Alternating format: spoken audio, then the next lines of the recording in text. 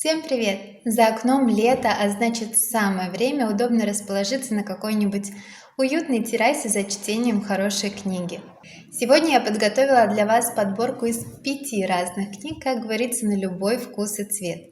Поэтому давайте не будем терять времени и сразу приступим. А начнем мы, пожалуй, с тяжелой артиллерии, а именно Роберт Колкер «Что-то не так с Гелвинами. Идеальная семья, разрушенная безумием». Книга основана на реальных событиях и рассказывает историю реальной семьи. Мама, папа и 12 детей. 2 девочки и 10 мальчиков, из которых 6 больны шизофренией. И, возможно, история семьи Гелвинов так и осталась бы фигурировать где-то лишь на страницах научных исследований, если бы одна из девушек сама не обратилась к американскому журналисту Роберту Колкеру с просьбой рассказать историю ее семьи миру. Книга «Что-то не так с Гелвинами» очень весомый труд, потому что содержит она в себе не только воспоминания, рассказы о каких-то травматических, в том числе и насильственных событиях из детства и юности, но также заключает в себе практически всю историю шизофрении как болезни на сегодняшний день. Должна сказать, что книга очень интересная, но тяжелая. В школьные годы у меня было желание посвятить себя психиатрии, и, если честно, по прочтению этой книги я очень рада, что так не сделала, потому что сейчас понимаю, что психологически ни за что бы не справилась. Но даже если у вас нету такого увлечения, то я все равно призываю вас к ее прочтению, так сказать, для общего развития и для более детального понимания этой болезни, которая, к сожалению, на сегодняшний день все еще остается очень часто не диагностированной, остается без помощи и все еще мало изучена. Ну а если вас заинтересовала эта тема, но вы не хотите читать, то на канале у Ирины Шихман есть документальный фильм по этому сюжету. Достаточно интересно, можете посмотреть. Ну а мы продолжаем. Далее у нас Шанель Клитон «Следующий год в Гаване». Я не знаю, что вам известно о Кубе, но у меня достаточно стереотипно с этой страной ассоциируются такие вещи, как колоритная архитектура, белые пляжи, пальмы, красавчики-кубинцы загорелые, ром, сигары, а еще оружие, Че Гевара, революция и какая-то завеса тайн и опасности. «Следующий год в Гаване» — это колоритная книга о той самой далекой, дикой, необузданной Кубе и открывает читателю тайные улицы, шум моря, разбитые сердца, шепчет на ухо запрещенные диалоги, дореволюционные времена режима Фиделя Кастро. Словом, Куба глазами кубинцев и современной американки одновременно. Вот такое смешение. Не могу сказать, что это литературный шедевр, но книга определенно очень легкая и увлекательная, написанная простым языком, в которую самое время окунуться, если вы ищете, что почитать. А следующая книга у нас Делия Оуэнс «Там, где раки поют». Маленькая девочка Кия просыпается однажды утром и наблюдает за тем, как их бросает мать. Собрав свои скромные пожитки в чемодан, она уходит, не оглядываясь, оставляя за собой прошлую жизнь, бедность, мужа, алкоголика и тирана и всех своих детей. Вскоре, поняв, что мать не вернется, ее примеру следуют и старшие дети, и рассасываются кто куда, и 6-летняя Кия остается с нестабильным папашей. Потом и эта фигура исчезает из ее жизни, и она остается и вовсе одна, выживать в жалкой хижине посреди зверей и болот. Она растет, адаптируется, боится, влюбляется, выстраивает отношения, расстраивается точно так же, как и любой другой человек. Но по-своему, пока однажды ее не обвиняют в жутком преступлении. Но виновата ли она в нем, имеет ли она к нему отношение? Или так называемая болотная девчонка просто удобный персонаж для закрытия дела? «Там, где раки поют» — это очень трогательная история о взрослении, предательстве, одиночестве, людях, дружбе, любви, которая совершенно не зря очень быстро разлетелась по миру и стала бестселлером. Я искренне плакала, я искренне радовалась, я искренне переживала и вообще, можно сказать, прожила эту книгу. И по окончанию ее, скажу честно, долго не хотела начинать читать ничего нового и другого. И вообще могу сказать, что чувствовала себя достаточно преданной.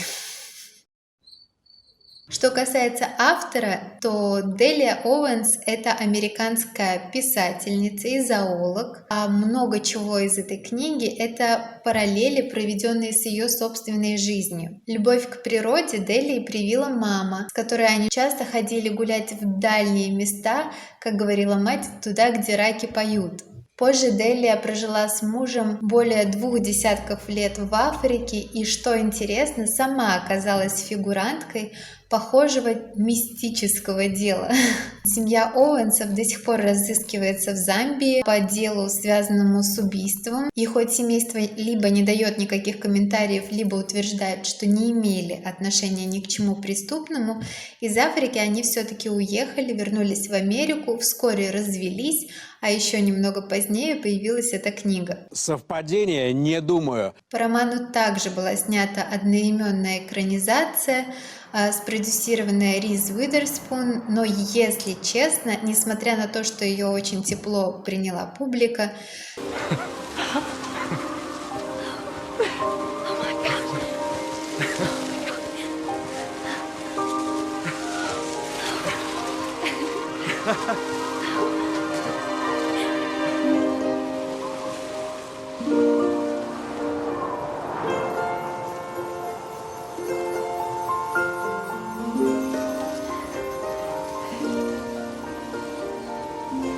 Am I your girlfriend now?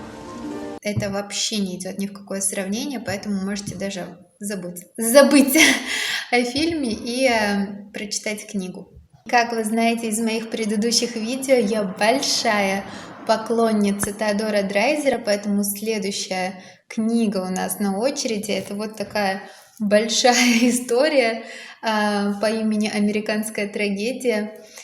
Книгу эту я советую вам читать, если у вас очень много времени и если вы очень сильно хотите кого-то ненавидеть и бить. Желательно вот этой книгой, потому что главный герой Клайд Гриффитс на протяжении всего романа не вызывал у меня абсолютно никаких других чувств и желаний. Трусливый, не имеющий никаких особых навыков, он почему-то преисполнен самых смелых амбиций и настроен добиться положения в обществе и, как ему кажется, весьма заслуженного благополучия.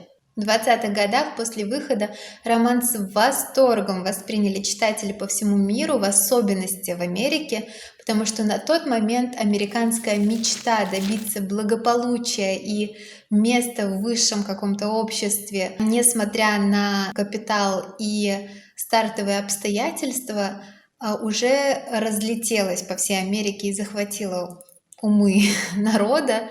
А вот в чем все-таки заключается американская трагедия, мы с вами можем обсудить уже, когда прочтете. Потому что, как мне кажется, трагедия далеко не только американская и все так же актуальна сегодня, как и в начале прошлого века. И хоть главным прототипом Клайда Гриффитса считается американский молодой человек-преступник по имени Честер Джилетт, существовало еще 14 подобных случаев, подобных преступлений, которые вдохновили Драйзера на создание своей американской трагедии. Ну и помимо прочего, на роман было снято несколько экранизаций, одну из которых, если вы даже и не смотрели, то точно о ней слышали. Это фильм 1951 года, черно-белый, называется «Место под солнцем», с участием Элизабет Тейлор и Клиффа Монгомери. Плачу 1 копейку. За что? За то, чтобы узнать, о чем вы думаете. Больше не дам. Я думал, почему вы меня сегодня пригласили? У меня есть причины. Ну а мы продолжаем. И последняя книга в нашей сегодняшней подборке — это Лидия Феннет. Самая сильная женщина в комнате — это «Ты. Секреты женского лидерства». Если вы еще не знакомы, то Лидия Феннет – это старший вице-президент и глобальный директор по стратегическим партнерствам в аукционном доме Кристис. К слову, должность, которую она создала сама. Лидия проработала в одном из самых больших аукционных домов более 20 лет и сама стала за это время одной из самых влиятельных женщин в аукционном бизнесе. А начиналось-то все со стажировки мечты. В книге «Самая сильная женщина в комнате – это ты» Лидия Феннет делится так называемыми фирменными приемами по привлечению внимания, продаже, достижению своих целей и лидерства. Вы знаете, я не являюсь любителем мотивационных книг и ужасно не люблю всю эту историю из серии «Я смогла, и ты тоже сможешь», как это было преподнесено, скажем, в книге Мэй Маск «Женщина, у которой есть план». Я о ней говорила в одном из предыдущих видео. И хоть Лидия иногда грешит частыми повторениями, но к большинству ее советов не только можно, но и стоит прислушаться. Не только самой сильной женщине в комнате, иногда и самому сильному мужчине. А у меня на сегодня все. Спасибо, что досмотрели это видео. Я желаю вам хорошего прочтения. Не забудьте поделиться впечатлениями о прочитанных книгах в комментариях. И если вас интересует обзор на какую-то определенную книгу, тоже можете оставить ее название в комментариях. Согласны? Я желаю вам хорошего дня и прощаюсь до следующих видео. Пока!